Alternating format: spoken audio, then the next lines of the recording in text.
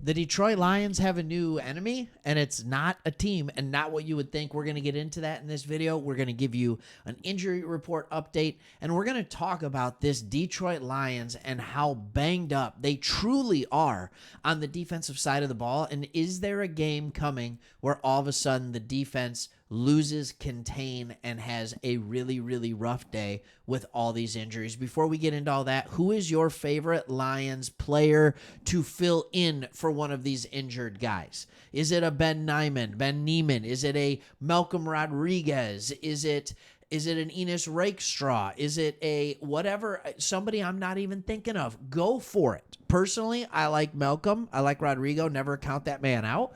But who is your guy? And let's first get into the injuries that we have. And I want to take a look at the Lions injury situation on defense, and then we'll get into the Lions' new enemy here very quickly.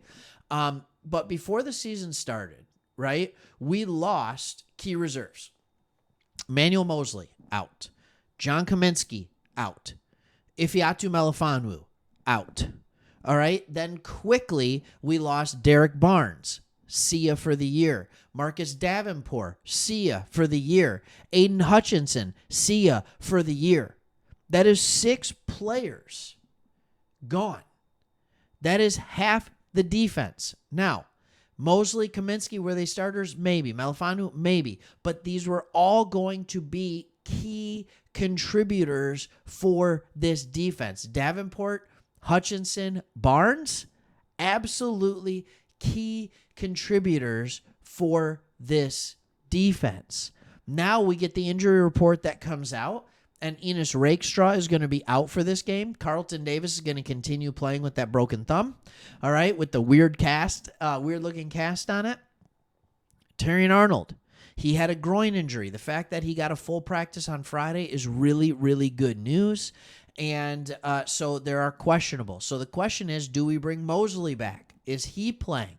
What does that look like? If Terrion Arnold can't play, normally the first guy off the bench for him is Rakestraw. There could be some depth issues on the cornerback side. Don't get me wrong. We still have Vildor. We still have these type of guys that look better than last year.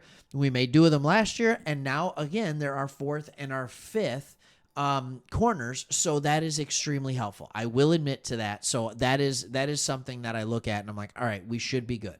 We still have Vildor back there. We still have Dorsey back there. It could be good.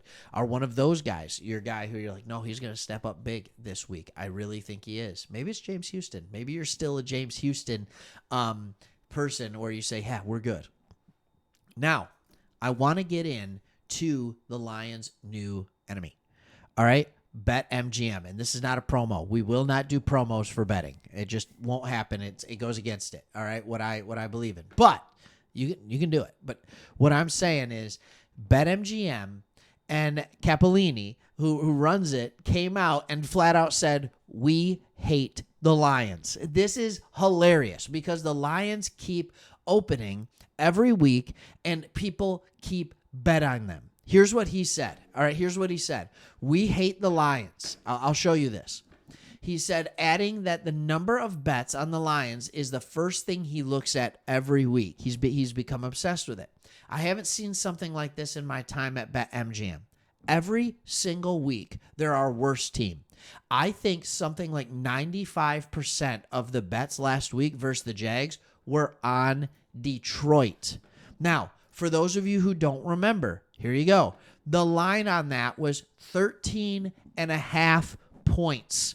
This is a huge line. Massive. Chris talked about it. That makes no sense. So if you were going to bet on just them, like you would have to bet $1,000 to win 100. Right? Over $1,000 to win 100. If you bet the line to make even money, you had to have the Lions win by 13.5. 2 touchdowns. And still 95% of y'all bet on the Detroit Lions to win that game. That is crazy to me. All right, here's another thing. At DraftKings, 31% of bets, number one amongst all teams in the NFL, and 31% of all dollars wagered. Also, number one of any team in the NFL were on Detroit to win the Super Bowl. The Lions are the third ticket count for Super Bowl futures. All right, all of that kind of stuff.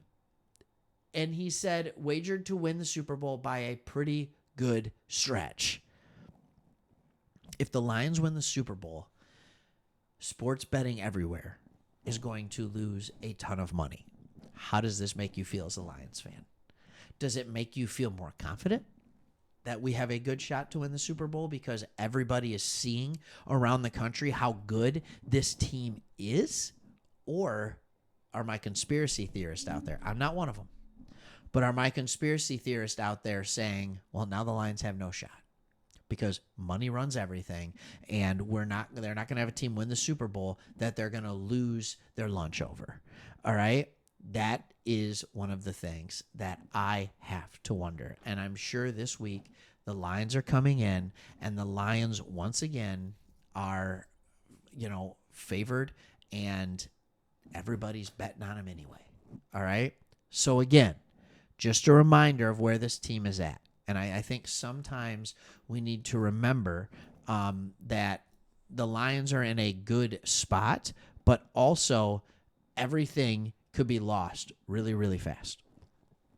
Everything can be lost really, really fast. Remember, schedule-wise, I just like to remind people of this. The Vikings are only a game out, and they have another game against us.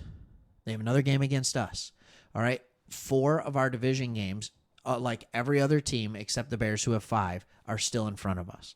This can move and shake and groove a ton in the next 7 weeks. We have a 1-game lead. When you look at the playoff picture, all right, once again, we have a 1-game lead both over the Eagles and then the Vikings. It is not this crazy lead that you would think 9-1 might be able to bring you. All right. Same with the Chiefs over on the other side, but nobody cares about that, right? So here's the deal. When we look down the stretch at our schedule, you have to remember I know it sounds weird to be a Colts game. By the way, I have something fun, an interesting fact. It'll be hard to tell, but it's going to be real.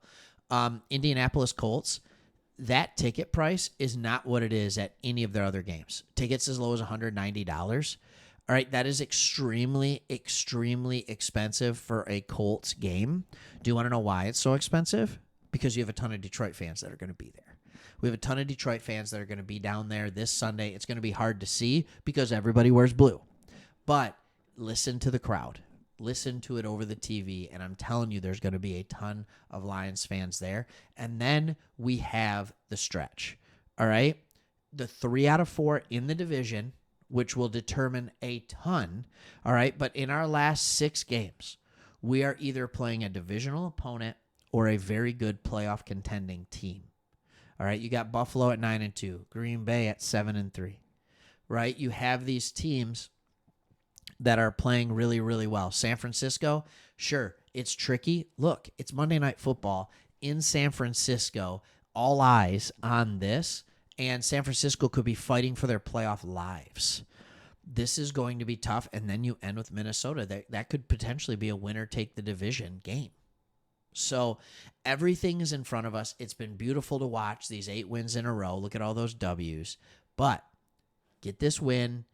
Stack up wins where you can, all right, because we still have 4 games of the next 7 that are extremely, extremely difficult. All right, thanks for watching. Lions' new enemy, apparently BetMGM. And all of our big enemies in the division are still waiting for us. Just wanted to throw that out there before our game tomorrow. Make sure you check us out live afterward, and we'll see you on the next one.